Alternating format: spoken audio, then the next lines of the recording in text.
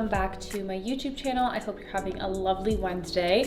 Today I'm going to be doing another sit down chat with you. I actually asked my broadcast channel to ask me some questions about being an entrepreneur and how I transitioned into this life. I made myself a cup of coffee and I really just want to give Ninja a massive shout out for sending me this espresso machine. It has literally changed the game in the mornings. The coffee is so much stronger. You can foam the milk and it's so pretty to look at. So big shout out to Ninja. Now we're gonna get into the YouTube video. Okay.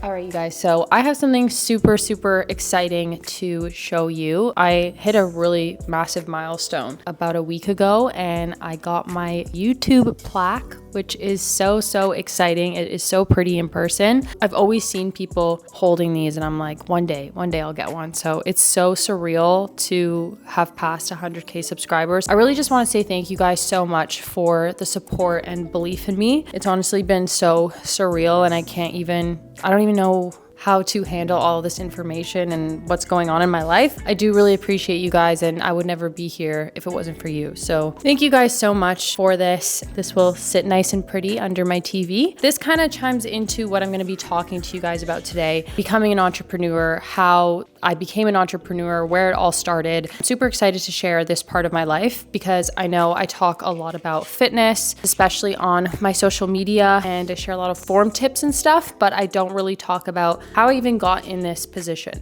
I'm gonna give you guys a bit of a backstory and how I started. Okay, so when I was you guys know my story already a little bit. If you don't know who I am and you're watching this for the first time, I was never into fitness, especially in high school and everything like that. I wasn't an athlete of any sort. I wasn't really into sports. I hated gym class and I used every excuse to try and skip it. And then when I went to university, all of my friends went to school outside of Toronto. I'm based in Toronto. So they were going to school at Western, Queens. All my friends literally left and I was stuck by myself in Toronto because I simply couldn't afford going to schools like Western or Queens. I just didn't have the money for it. And I also wasn't smart enough, to be totally honest with you. I just didn't really care about school. I wasn't considered a good kid back in high school. I was partying a lot. I was drinking a lot. And I didn't really know where I was going in life. But basically what had happened was I met this girl in my class who was super into the gym. And because I was so excited, I was like, oh my God, I'm finally meeting a friend here in Toronto. I was like, okay, I'll go to the gym with you. We go to the gym. I was super uncomfortable. I had no idea what I was doing in there. One thing that caught my attention was seeing the amount of girls that were in there working out and looking so good. And I was like, I feel like I want to do this. I want to try and look physically better, be more confident in myself. And I kept going with my friend at the time. And it got to a point where I was starting to enjoy it. Of course, there were things that I didn't really understand. I didn't know what to do. I didn't know how to squat. I didn't know how to deadlift. So I was on treadmill and Stairmaster a lot. I was considered a cardio bunny. I was too scared to go into the weight room. Would never catch me in there until I met a trainer at the gym, and he was very encouraging to women, always telling them to lift more, you can do it. And he became a really good friend of mine, actually. Shout out Mike for pushing me to lift a little bit more, but he helped me get down the basics of training and get down the basics of how to squat, how to deadlift. I learned, got me so excited. It really did. Just learning how to do certain movements, seeing my strength. And what I would do during class, I would put a headphone in really secretly while we were in lecture. I would educate myself on all of the movements, the mechanics of the body, just everything I could learn about fitness. I was watching them, everything through YouTube. And it got to a point where I really started to enjoy it and I was starting to see results. At the time, I was very thin. I was on the thinner side, but seeing myself get stronger, being able to lift more was so motivational. Truly, just seeing myself being able to lift all this weight. I enjoyed it. I got into personal training. I got my certificate and I was like, okay, I really want to start training people in person and see if I can make this a career. I spoke to my parents about it. At the time, they were very skeptical. My parents are Arab and, they are the classic parents that want you to be a doctor, want you to be a lawyer, and I just didn't see that for myself whatsoever. I was in school for child and youth care, hoping to become a teacher to make my parents happy, but I didn't love it. Like I didn't love the idea of being a teacher, and I love kids and everything like that, but it just wasn't doing it for me. It wasn't something I was super passionate about, whereas the gym and fitness, it was something that I became very, very passionate about. So what I ended up doing is I trained I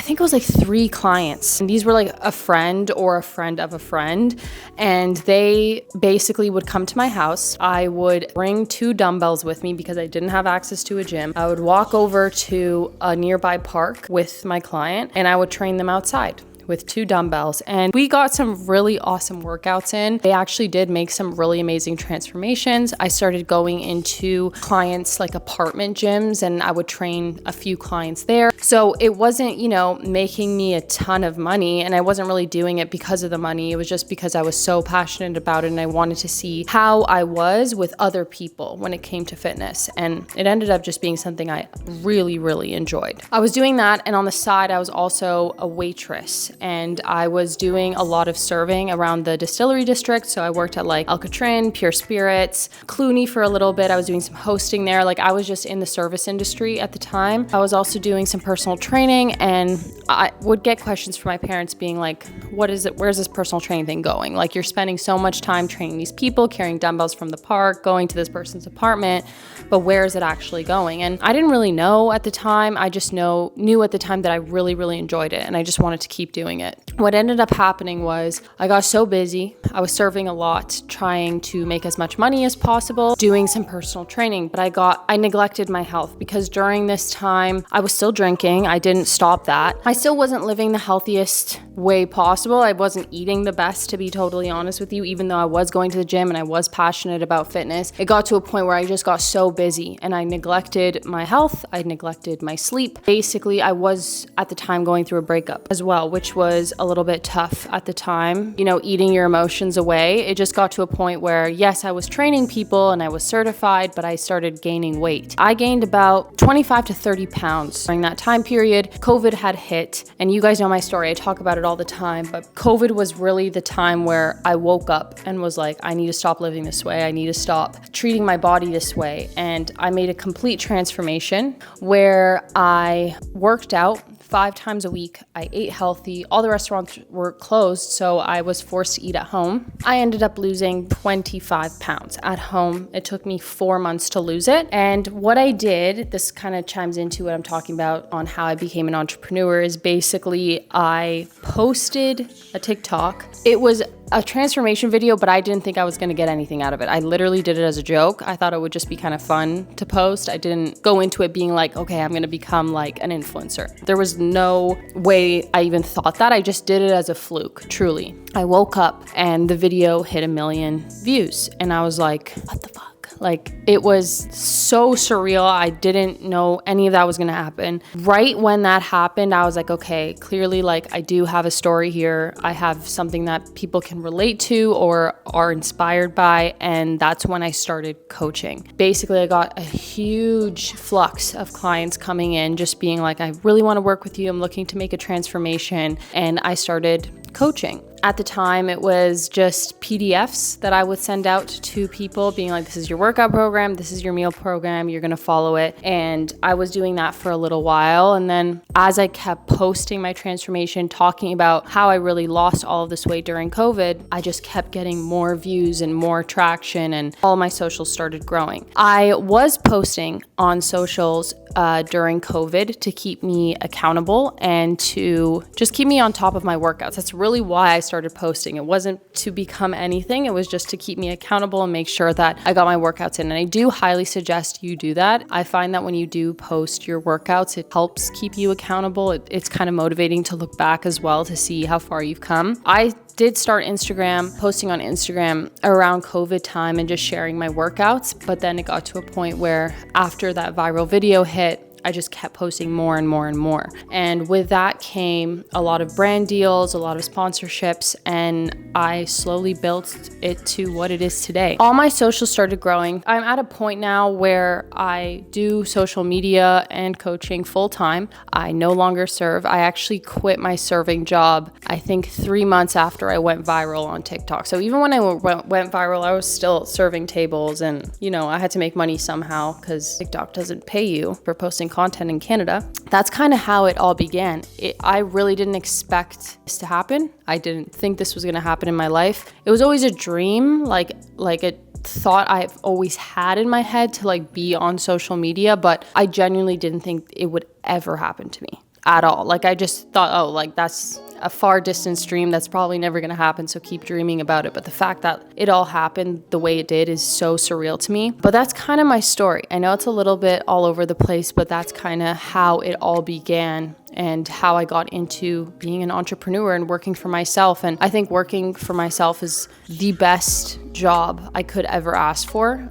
Yes, it's a lot of work, and sometimes it's like you don't get a day off with being an entrepreneur because it's your brand, it's your business, it's your name, and you just constantly are thinking about it all the time. As much as it's great, everyone says, oh, being an entrepreneur is so great, you get to work for yourself, you get to pick your own hours. I think it's actually 10 times more work than a 9-to-5, because a 9-to-5, you work the whole day, but then you leave work at home, like at work, you know what I mean? You don't bring it home. Whereas like being an entrepreneur and representing yourself, and you are your own brand, there's a lot more pressure, I find, to make it the best possible brand ever and to represent myself in a good, positive way on social media. So it has its pros, but it definitely has its cons as well. But that brings me on to my next point. I wanted to answer some of your questions about being an entrepreneur. I asked these on my broadcast channel, so I'm going to answer them. Just give me a sec. I gotta pull them out. Okay. What is your typical day as an entrepreneur? My typical day is I'll wake up in the morning. Every single morning I'm doing work, and it's coaching work. So I do online coaching where I have a team of coaches, including myself, that coach clients online. We provide their workout programs, we provide their meal programs, we do their check-ins, and they make sure they submit their check-in once a week. We go over all the check-ins as a team to make sure every client is on track, and we do message clients on a daily basis. Usually in the mornings when I wake up, I'll have a cup of coffee and I'll go right into work, see what messages I have, see if I have any client check-ins, make sure every client is doing okay. And then I do give myself a work break where I go to the gym around 11 or 12 o'clock to obviously get my workout in, because that is my only form of stress relief at the moment, and it really does work for me. Then I'll go back and I'm back on my computer doing more work. I go through emails as well, sponsorship emails, making sure I'm on top of my brand deals, and do that for a little bit. And then I'll usually try and get off work and even my phone after 7 o'clock as best as I can. Obviously, it's a lot easier said than done to do that, but yeah, I do work on my laptop a lot, and that's majority of my day, Monday through Friday. Of course, there are events that pop up or like trips even that I do go to sometimes here and there, but for the most part, it kind of feels like a 9-to-5 where I'm like, I work in the morning, I go to the gym, and then I get right back to work. That's kind of my day-to-day. It's nothing really special unless I have like trips or anything like that. But yeah, I do work quite a bit because of this online coaching business that I have. I also have coaches that I am responsible for. So I want to make sure that they're happy and they're good and everything is in control. So yeah, running a business is a lot of work, to be totally honest with you, but I'm super grateful for my coaches that help me and my manager who keeps me on track. So that's kind of my day-to-day.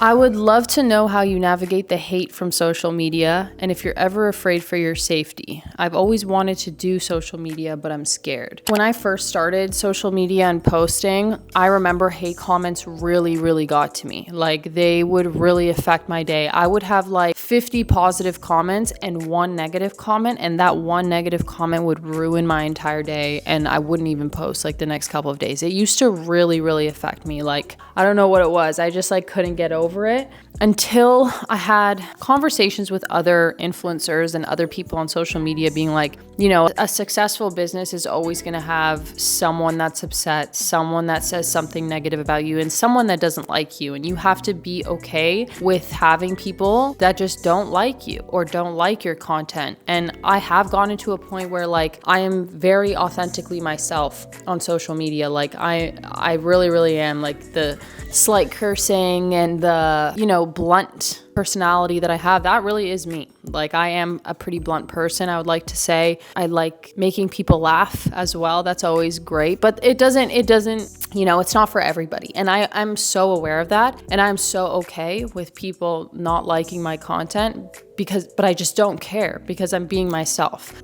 I now like laugh at hate comments. If anything, like I've actually made content off of hate comments because I think it's just so funny. Like some of the comments I get are ridiculous. And you know, you just have to say, you know what, like either A, these people are freaking jealous of you and want to do what you're doing, but they don't have the guts to do it. They're hiding behind a fake account. Like take that in. Like they're hiding behind a freaking burner account, trying to rip you apart, trying to ruin your day. So don't let it ruin your day. Like that's my biggest piece of advice. They want a reaction out of you. Don't give them that reaction. Don't even comment back. If anything, delete the comment if it really bothers you. But at the end of the day, it really doesn't matter. People are always going to hate. The most successful people in the world have the most haters. You know what I mean? So it's really just something I've accepted and something that really doesn't bother me anymore. It shouldn't bother you. There will always be haters. Always, always, always. And no hater is doing better than you. Always remember that.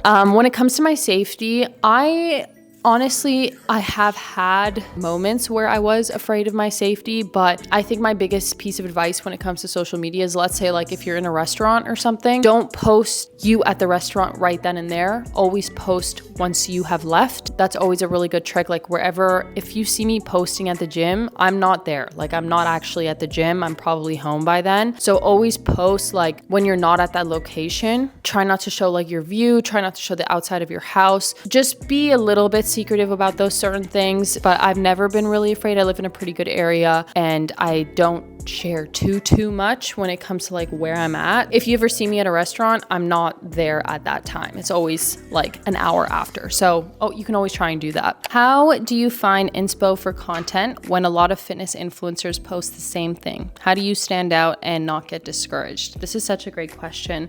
Yeah, I think in this time right now, there are so many fitness influencers. This is probably the most I've ever seen on social media. Like there are so many. I try and do things in a way where it's truly just me explaining the exercises for you, for example. Like I said, like I really wanted to go into teaching, and I think going into school really helped me know how to teach to people and make things simple because I wanted to teach children, right? So like I try and just simplify everything as if I was talking to a group of kids, but I'll add my personality to it. Like I'm not gonna go up and talk to you about an RDL and say all these like big words and make it sound so complicated and scientific like I know my shit. No, like I want to try and simplify these exercises for you so that it sticks to your head and you actually know how to do them. I think when it comes to, you know, going into social media, wanting to become an influencer, the only way you're going to stand out is if you truly are yourself, because no one is like you. You know, yeah, there are so many videos on there of how to do a squat, how to do a hip thrust, but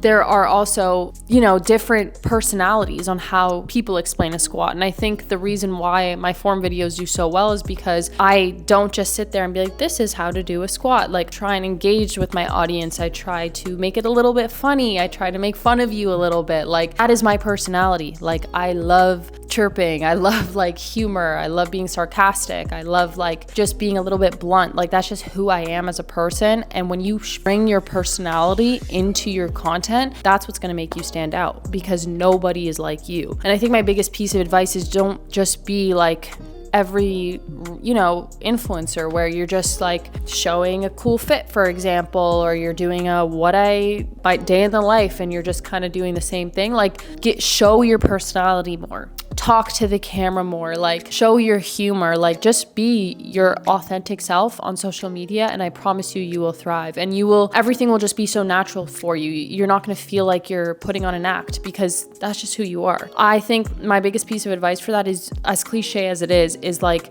it's not like I purposely try to be different, you know what I mean? Or it's not like I'm trying to stand out. I just show up on there as myself, as Gina, as like how I talk to people every day. So as cliche as it is, you have to be completely yourself because nobody is like you. Yeah, I think that's my answer. That was a long answer. I'm sorry. What else? Let's see. This is funny. How are you able to afford rent in Toronto?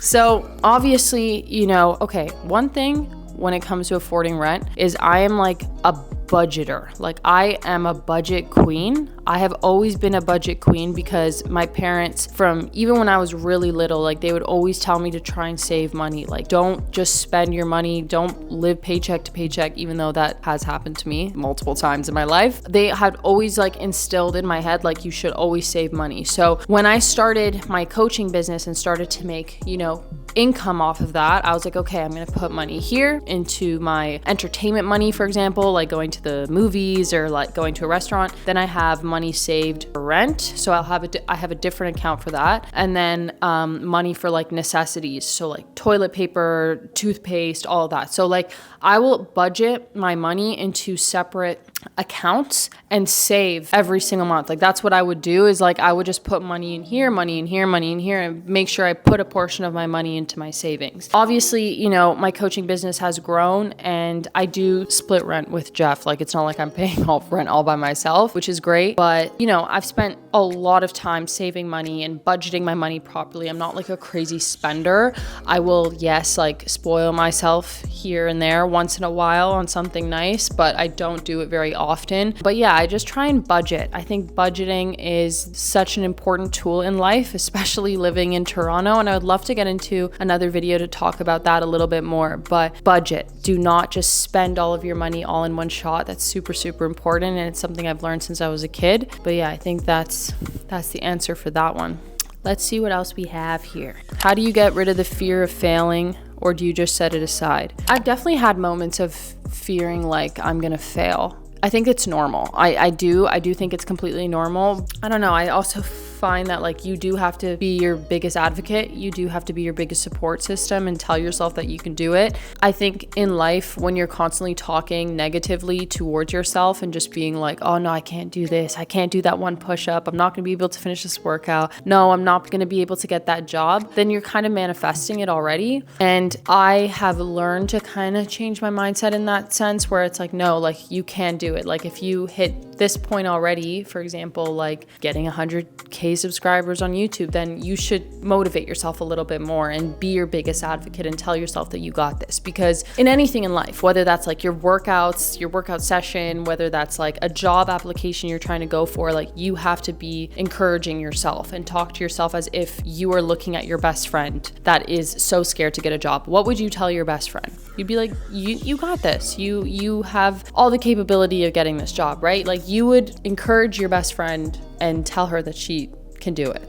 And that's kind of how you want to talk to yourself. So yeah, obviously like fear of failure is always there sometimes, but I try and just shut that out as best as possible and talk to myself in a more positive way and be like, let's not think about that. Let's think about you getting it done. You got this. Like being very encouraging towards myself has really helped in every aspect in my life, whether that's getting 100K subscribers on YouTube or whether that's like going to a shoot. I'm so nervous when I go to modeling shoots. Beforehand, I'm like, no, you got this. You're going to kill it. And it ends up being fine. So don't manifest the fear of failure. Just manifest positivity more in your life. Truly, I think that has really helped in every aspect, even losing almost 40 pounds. You know what I mean? So don't let it get your head. What else? Let's do a few more. See how long this video is.